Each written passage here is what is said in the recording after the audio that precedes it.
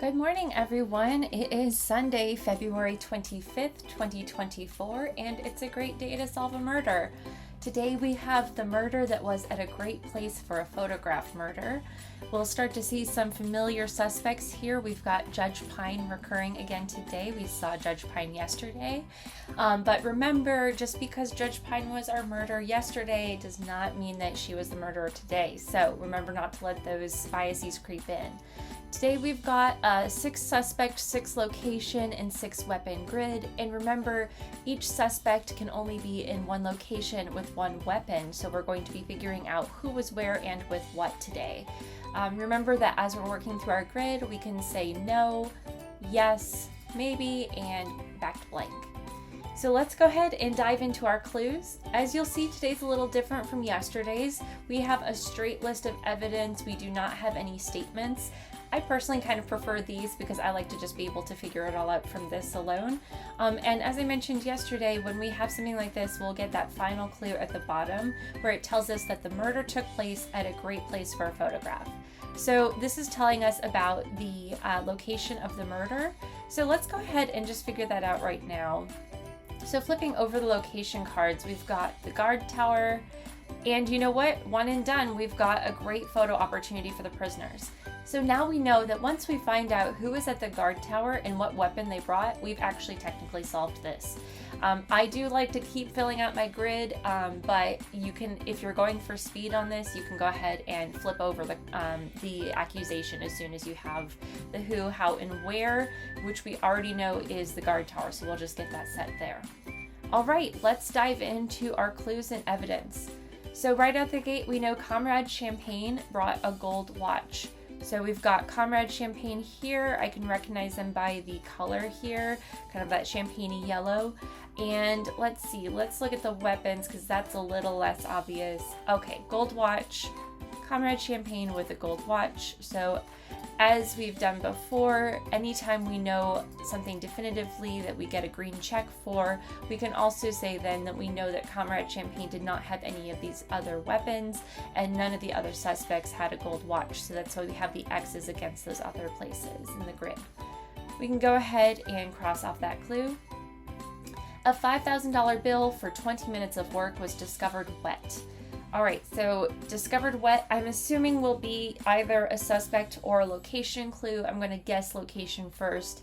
$5,000 bill. Let's look at our weapons. Okay, I have seen this one before. There's kind of some tongue-in-cheek humor about lawyers. So $5,000 bill for 20 minutes of work. You're going to get an incredibly expensive bill. So we know that that weapon is a lawyer. So we know weapon, and now we just need to figure out if we're looking for suspects or locations. I see the spa here, and that's one I've recognized before. Let's go ahead and check that one out. Yes, so we see everything in here is wet. All right, so now we know that we had a lawyer, pull that up, a lawyer in the spa. We don't know anything yet about the suspects related to this item or this location, so we're just going to find that intersection here for spa and lawyer, mark that as a yes, and once again, everything else related to those two as a no in the intersection. All right, so that's clue number 2.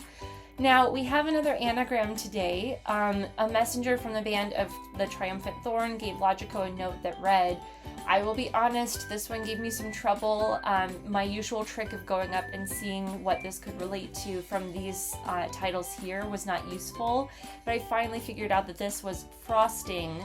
So frosting was discovered next to a net. So what is going to be frosting? Obviously that's going to be the poisoned birthday cake. And for the net, I'm assuming that's going to be the tennis court.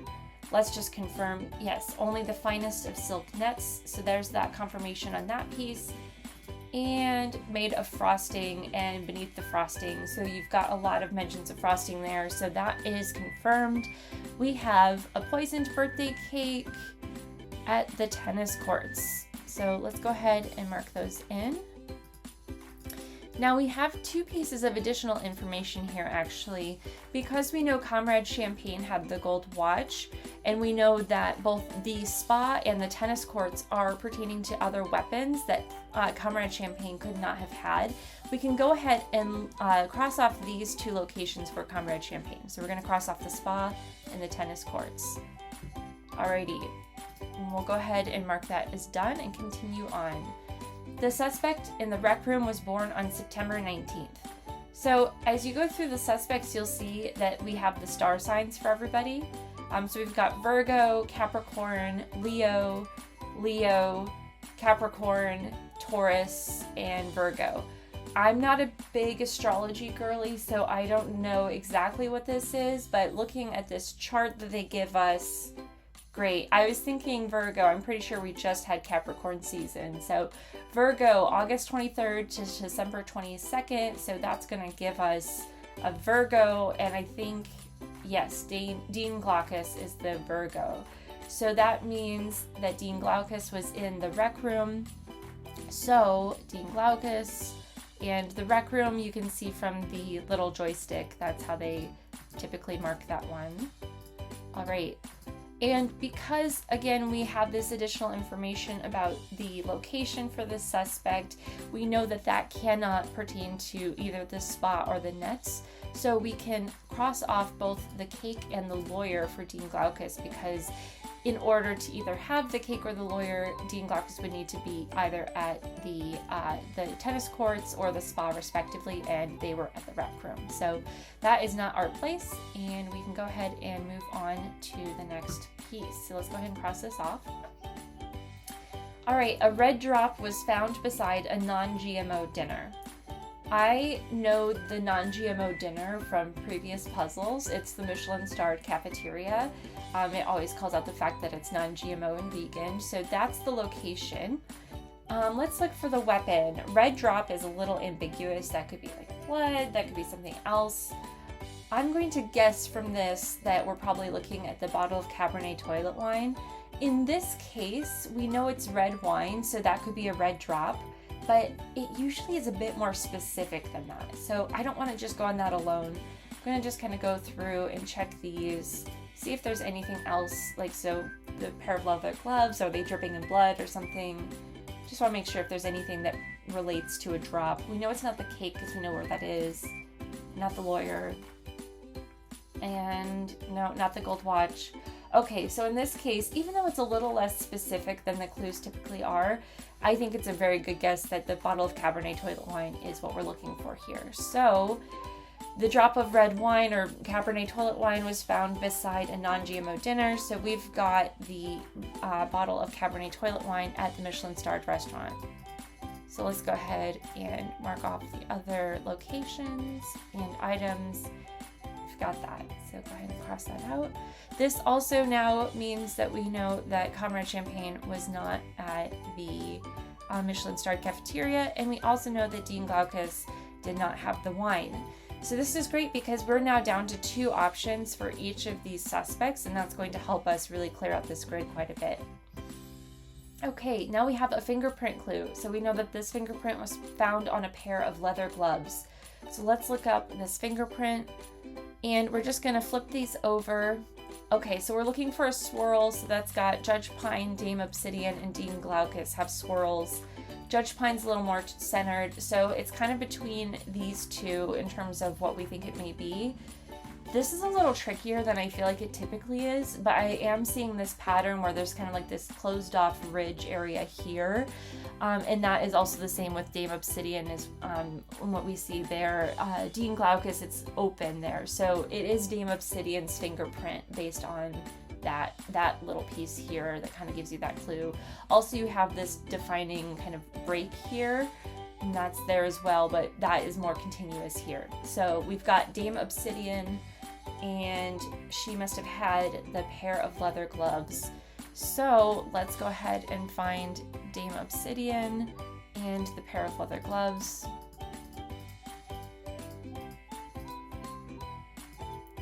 Okay, and that also gives us, of course, information about our,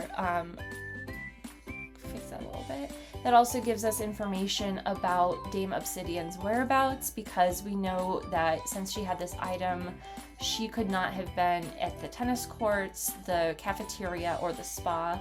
So let's go ahead and mark those off. No spa, no tennis courts, no cafeteria. So great, we've got 2 locations now.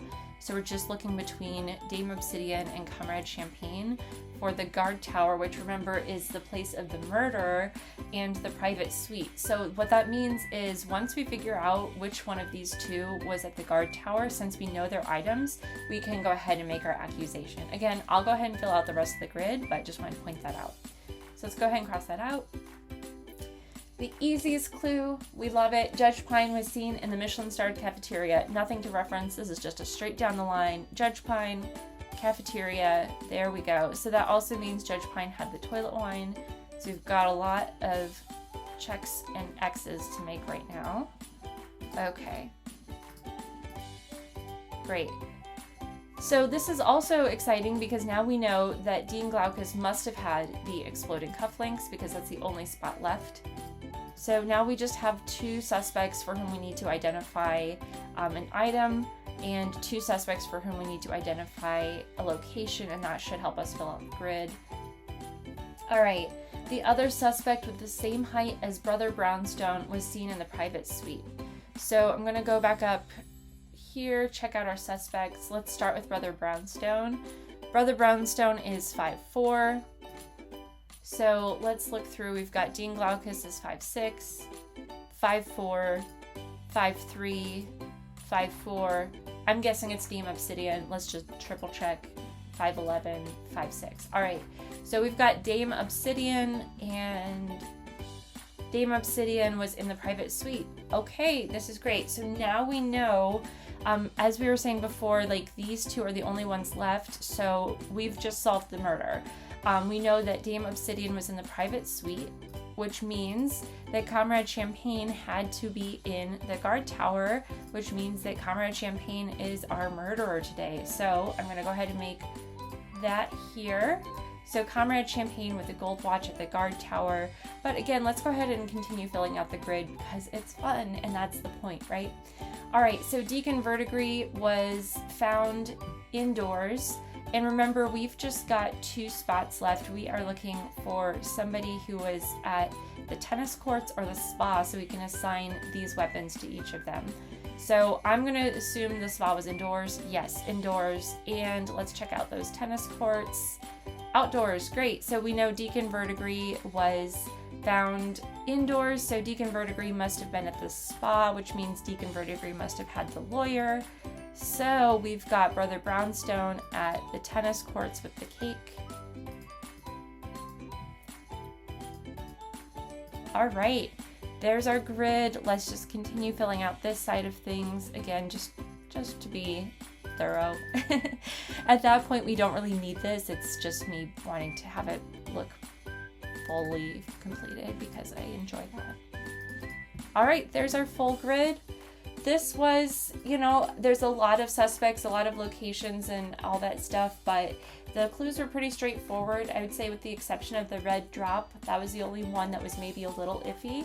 Otherwise, this was pretty straightforward. We've got Comrade Champagne, gold watch at the guard tower. Let's make our accusation. And we got it. That's awesome. So we are finished with the puzzle for today. If you're craving more or if you're trying to learn more about Murdle, I would recommend the How-To Mini Murdle. You can get a really quick, easy start on how to do this. It walks you through what you need to try out, and I would recommend that highly if you're trying to get into the game. Also, if you haven't checked out the books and you're looking for more, I would highly recommend the books. I would also highly recommend pacing yourself. I blew through the first one in like a day and a half, so the next one's coming out in April, but in the meantime, get the first 2, pace yourself, and enjoy. And thanks so much for joining. I hope you had fun time solving the Murdle with me.